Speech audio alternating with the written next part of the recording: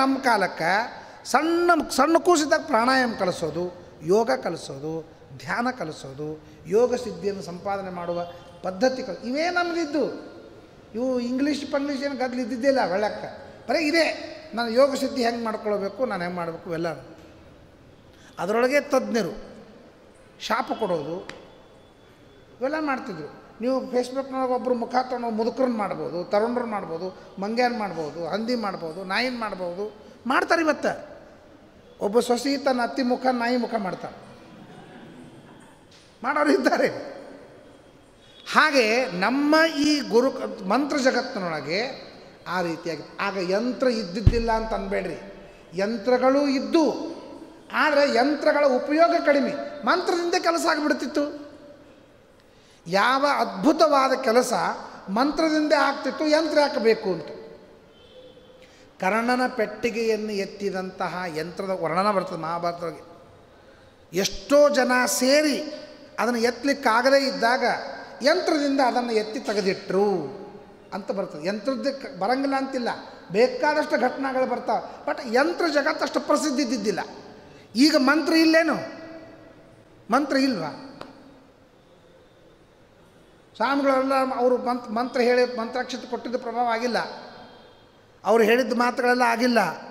ಇವತ್ತಿಗೂ ಮಂತ್ರದ ಪ್ರಭಾವ ಇಲ್ಲ. ಅದ ಗೌತಮರ ಶಾಪ ಆದ್ಮೇಲೆ ಬಂದ. ಗೌತಮರು ಮಂತ್ರ ಜಗತ್ತದ ಎಲ್ಲ ಕಂಪ್ನಿಗಳನ್ನು ಮುಚ್ಚಿ ಹಾಕಿಬಿಟ್ರು, ಬಂದಾಗ್ಬಿಟ್ಟೆಲ್ಲ. ಯಂತ್ರ ಜಗತ್ತು ಸ್ಟಾರ್ಟ್. ಸೊ ಈ ಯಂತ್ರ ಮಂತ್ರ ಬಲ ಮತ್ತು ಅತಿಬಲ ಅಂತನ್ನುವ ಮಂತ್ರವನ್ನು ರಾಮದೇವರಿಗೆ ಕೊಡ್ತಾರೆ ವಿಶ್ವಾಮಿತ್ರರು. ಹಸಿವೆ ಆಗೋದಿಲ್ಲ, ಏನೂ ಆಗೋದಿಲ್ಲ. ಆ ರೀತಿಯಾಗಿ ಅವರು ಇನ್ನೊಂದು ಮಾತು ಹೇಳ್ತೀನಿ. ಸಾರ್ವಭೌಮ ರಾಮಚಂದ್ರ ಭಿಕ್ಷೆಯನ್ನು ಬೇಡ್ತಿದ್ದ. ಅಲ್ಲಲ್ಲಲ್ಲ ಋಷಿಗಳ ಹತ್ರ ಭಿಕ್ಷೆಯನ್ನು ಬೇಡಿ ವಿಶ್ವಾಮಿತ್ರ ಕೈಯಲ್ಲಿ ಕೊಡ್ತಿದ್ದ. ಆ ವಿಶ್ವಾಮಿತ್ರರು ಅವ್ರು ರಾಮಚಂದ್ರ ಕೊಡ್ತಿದ್ರು, ಅದನ್ನು ತಿಂತಿದ್ರು. ಯಾಕೆಂದರೆ ಭಿಕ್ಷೆಯನ್ನು ಬೇಡೋದು ನಮ್ಮ ಗುರುಕುಲ ಪದ್ಧತಿಯ ಮೊದಲಿನ ಶಿಕ್ಷಣ. ಗುರುಕುಲಕ್ಕೆ ಹೋದ್ಮೇಲೆ ಸಿಲೆಬಸ್ ಏನಪ್ಪ? Number 1, number 2, number 3. ಏನು? ನಂಬರ್ 1 ಮೊದಲು ಭಿಕ್ಷಾ ಬೇಡೋದು ಕಲಿ. ಯಾವುದನ್ನು ನಾವು ಭಾರಿ ಅವಮರ್ಯಾದೆ ಅಂತ ತಿಳ್ಕೊಳ್ತೀವಿ, ಅದನ್ನು ಮರ್ಯಾದೆ ಸ್ಥಾನಕ್ಕಿಟ್ಟರು. ಇವತ್ತು ಸ್ವಾಮಿಗಳ ಭಿಕ್ಷೆ ಎಲ್ಲಿ? ಸ್ವಾಮಿಗಳಿಗೇನೆ ಭಿಕ್ಷುಕರು ಅಂತಂತಾರೆ, ಗೊತ್ತು? ಸ್ವಾಮಿಗಳಿಗೆ ಭಿಕ್ಷುಕರು ಅಂತಂತಾರೆ. ಅಲ್ಲ, ಈಗ ಅಲ್ಲಿಗೆ ಹೋಗ್ಬೇಡ, ಭಾಳ ಅಸಹ್ಯ ಆಗ್ತದೆ. ಅಂದರೆ ಭಿಕ್ಷುಕರು ಅಂತ ನಮಗೆ ಅಂದ್ಬಿಟ್ರೆ ಬೇರೆ ಅರ್ಥ. ಸ್ವಾಮಿಗಳು ಭಿಕ್ಷುಕರು ಏನೂ ಇಲ್ಲ. ದೇವರ ಪೂಜೆ ಮುಗಿಸ್ಕೊಂಡು ಪಾತ್ರೆ ಹಿಡಿಬೇಕು. ರಘುತ್ತಮ ತೀರ್ಥರಿಂದ ಪ್ರತ್ಯೇಕ ಮಾಡೋದು ಬಂತು. ಅಲ್ಲಿ ತನಕ ಮನೆ ಅನ್ನ ತೊಗೊಂಬಂದು ಮತ್ತೆ ಪೂಜೆ ಮಾಡ್ತಿದ್ರು. ಇರಲಿ, ಅಂದರೆ ತಾತ್ಪರ್ಯ ಏನು ಅಂತಂದರೆ, ಆ ಕಾಲಕ್ಕೆ ಭಿಕ್ಷಾ ಬೇಡುವುದು ಅಂತಂದ್ರೆ ಮೊದಲೇ ಶಿಕ್ಷಾ ಬರಲಿ, ಉಳಿದಕ್ಕೆಲ್ಲ ನೀ ಅಡ್ಜಸ್ಟ್ ಆಗ್ತಿ. ಭಿಕ್ಷಾ ಬೇಡಲಿಕ್ಕೆ ಎಂದೂ ತಯಾರಾಗೋದಿಲ್ಲ ಅಂತಲಿಕ್ಕೆ ನಮ್ಮ ಗುರುಕುಲದೊಳಗೆ ಭಿಕ್ಷಾದಿಂದ ಪ್ರಾರಂಭವಾಗ್ತದೆ ನಮ್ಮ ಶಿಕ್ಷಾ. ಗುರುಕುಲ ಪದ್ಧತಿಯೊಳಗೆ ಅಲ್ಲೆಲ್ಲ ಉಪದೇಶ ಮಾಡ್ತಾ ಹೋಗ್ತಾರೆ. ನೋಡಪ್ಪ, ನಿನ್ನ ಬಾಯಿ ಅನ್ನೋದು ತಿನ್ನೋದು 2 ಅವಸ್ಥೆ. ನೀನು ಏನಾದರೂ ಅನ್ನೋದಿದ್ದರೆ ಒಂದು 4 ಮಾತನ್ನು, ದೇವರ ನಾಮವನ್ನು ತಿನ್ನೋದಿದ್ದರೆ ಪವಿತ್ರವಾದಂಥ ಅನ್ನವನ್ನು ತಿನ್ನು, ಸಾಕು. ಸ್ವಾಧ್ಯಾಯಾನ್ಮ ಪ್ರಮದಃ. ಇವತ್ತು ನಮ್ಮ ದೇಶದ ಪ್ರಧಾನಮಂತ್ರಿ ನಮ್ಮ ದೇಶಕ್ಕಿಷ್ಟು ಒಳ್ಳೆಯದಾಗಬೇಕು ಅಂತ ನಾವು ಅಪೇಕ್ಷೆ ಮಾಡಬೇಕಾದ್ರೆ ಹಿಮಾಲಯಕ್ಕೆ ಹೋಗಿ ತಪಸ್ಸು ಮಾಡಬೇಕಾಯ್ತು, ವೇದಗಳನ್ನು ಕಲಿಬೇಕಾಯ್ತು, ಅರ್ಥಶಾಸ್ತ್ರ ಅಧ್ಯಯನ ಮಾಡಬೇಕಾಯ್ತು, ನೀತಿಶಾಸ್ತ್ರ ಅಧ್ಯಯನ ಮಾಡಬೇಕಾಯ್ತು.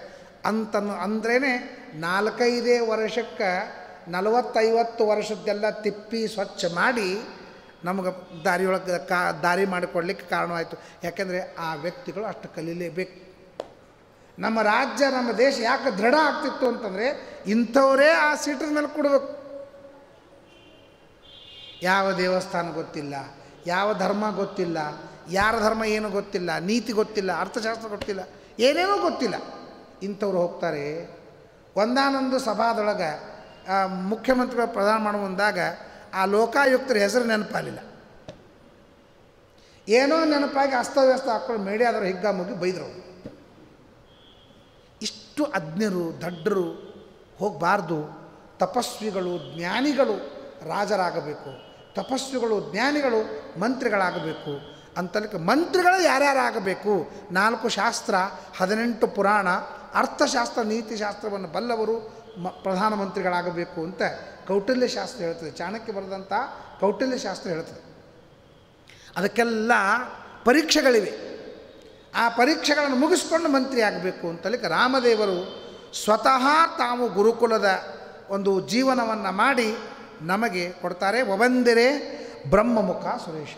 ವಿಶ್ವಾಮಿತ್ರರು ಹೋಗ್ತಾ ಇರುವಾಗ ಕಥೆಗಳನ್ನು ಹೇಳ್ತಿದ್ರಂತೆ. ಗುರುಕುಲದಲ್ಲಿ ಕಥೆಯನ್ನು ಹೇಳ್ತಾ ಇರೋದು ಅದಕ್ಕೆ ಆದರ್ಶ ಅಂತ ಕರೀತಾರೆ.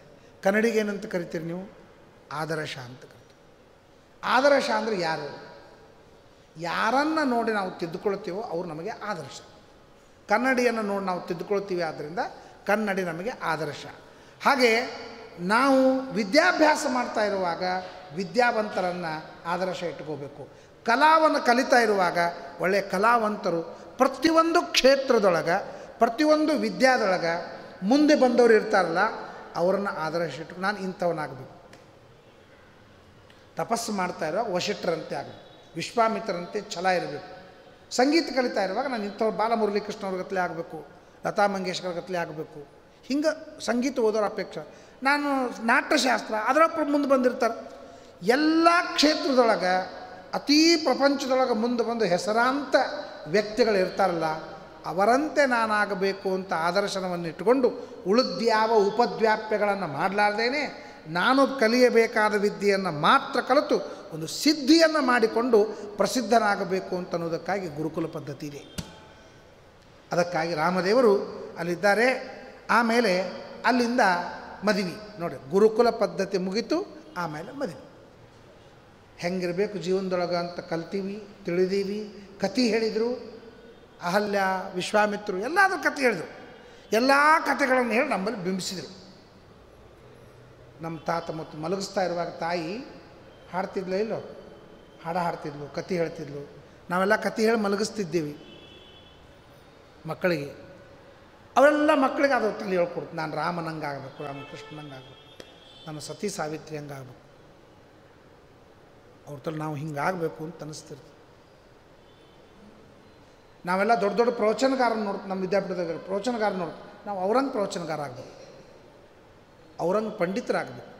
ಆ ವಯಸ್ಸಿನಾಗ ಹಂಗೆ ಅನ್ನಿಸ್ತದೆ ರೀ, ನಾವು ಇವ್ರಂಗೆ ಆಗಬೇಕು ಅಂತ ಅನ್ನಿಸ್ತದೆ. ನೀವು ಕಾಲೇಜ್ನಾಗ ಗುಂಡಾಗಿರಿ ಮಾಡಿದ್ರಿ ಅಂತಂದರೆ ನಾವು ಇವ್ರಂಗೆ ಗುಂಡಾಗಿರಿ ಮಾಡಬೇಕು, ಇವ್ರಂಗೆ ನಾವು ಆಗಬೇಕು. ಇವರು 5 ಖೂನಿ ಮಾಡ್ಯಾರಲ್ಲ, ನಾನು 50 ಖೂನಿ ಮಾಡಬೇಕು. ಇವರು 2 ಸಲ ಜೈಲಿಗೆ ಹೋಗಿ ಬಂದಾರಲ್ಲ, ನಾನು 4 ಸಲ ಜೈಲಿಗೆ ಹೋಗ್ಬೇಕು. ಯಾಕೆ? ಜೈಲಿಗೆ ಹೋಗಿ ಬಂದವರೇ ಇಲೆಕ್ಷನ್ಗೆ ನಿಂದಿರ್ಲಿಕ್ಕೆ ಅಧಿಕಾರಿಗಳು ಅಂತಂದಮೇಲೆ ನಾನು ನಿಲ್ಲಬೇಕು.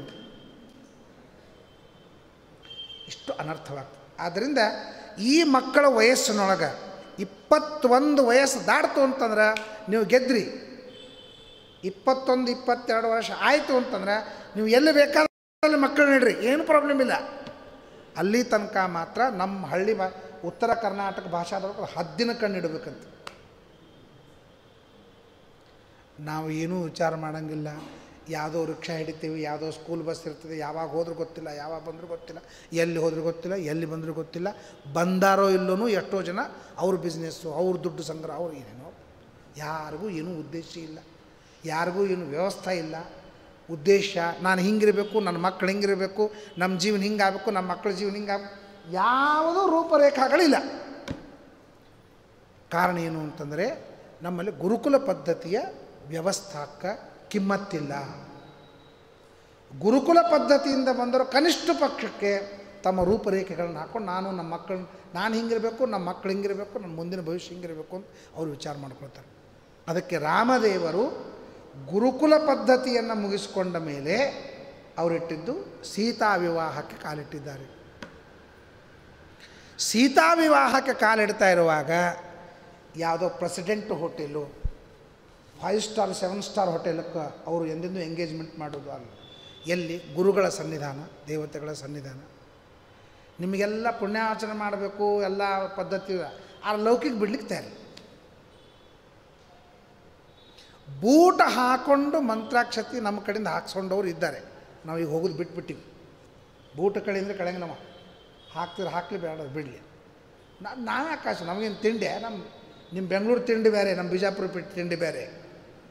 ಇಲ್ಲಿ ತಿಂಡಿ ಅಂದರೆ ಒಂದು ಅವಲಕ್ಕಿ ಉಂಡಿ ಸಿಗುತ್ತಾವೆ, ನಮ್ಮಲ್ಲಿ ತಿಂಡಿ ಅಂದರೆ ಬರೀ ಏನು ಸಿಗ್ತಾವೆ ಗೊತ್ತಾಗ್ತದೆ. ನಾವು ಭಾಳ ಮಾತಾಡ್ದವನು ಕೇಳ್ತೀವಿ, ಯಾಕಪ್ಪ ಭಾಳ ತಿಂಡಿ ಏನು ಅಂತ ಕೇಳ್ತೀವಿ.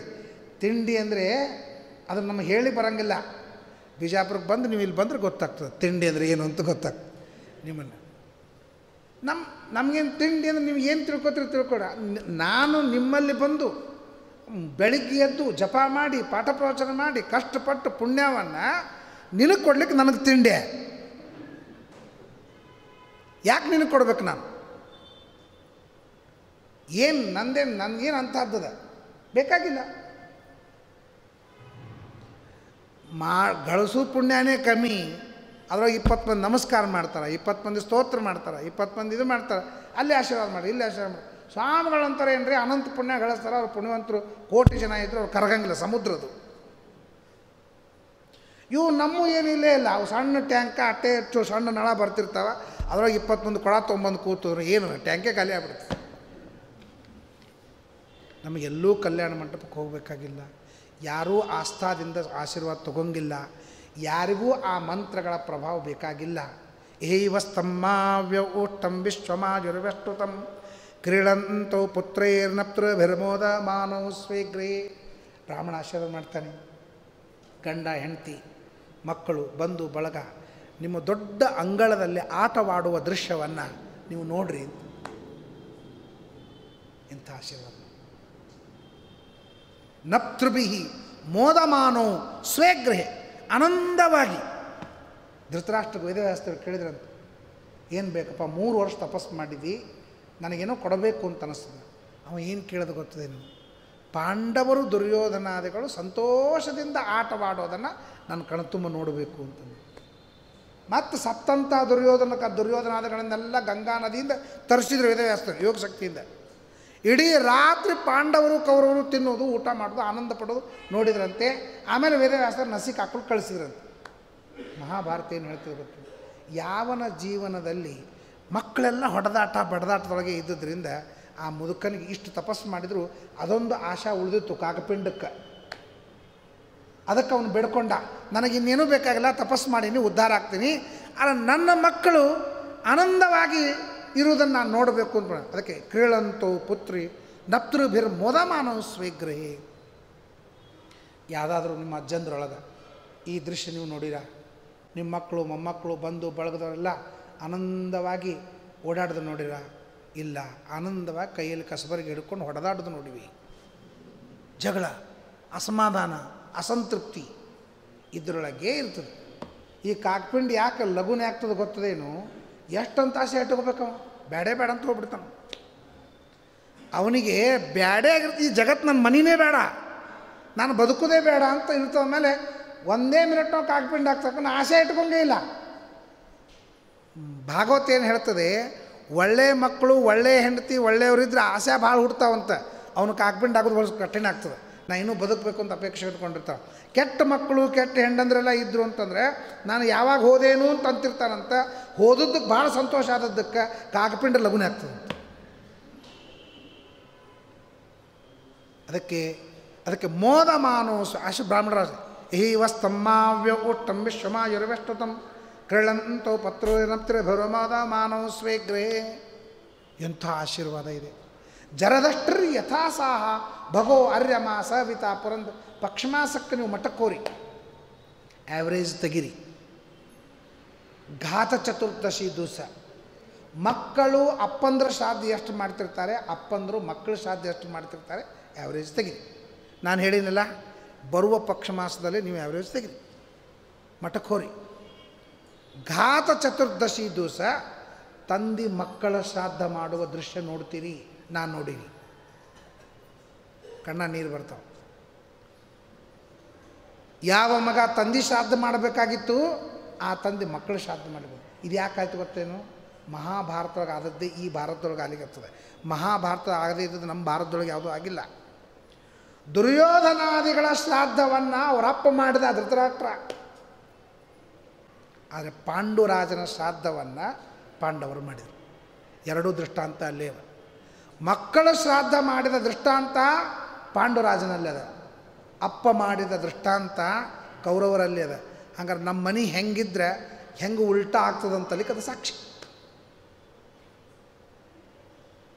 ವಿದುರದನೇ ಅಂತಾನೆ. ಇಲ್ಲಿದ್ದು ಏನು ಮಾಡ್ತೀನಿ ಕೇಳ, ವಯಸ್ಸಾಯಿತು, ಮಕ್ಕಳು ಶ್ರಾದ್ದ ಮಾಡ್ಕೊಂಡಿರ್ತೀಯ, ಹೊರಡಿನಂತ.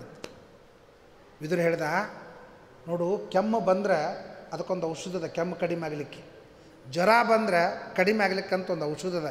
ಆದರೆ ಮರಣ ಬಂದರೆ ಅದನ್ನು ಪರಿಹಾರ ಮಾಡಲಿಕ್ಕಾಗಿ ಔಷಧ ಇಲ್ಲ ಅಂತ. ಔಷಧರಹಿತವಾದಂತಹ ದೊಡ್ಡ ರೋಗ ಅಂದರೆ ಮರಣ ಅಂತಂತ.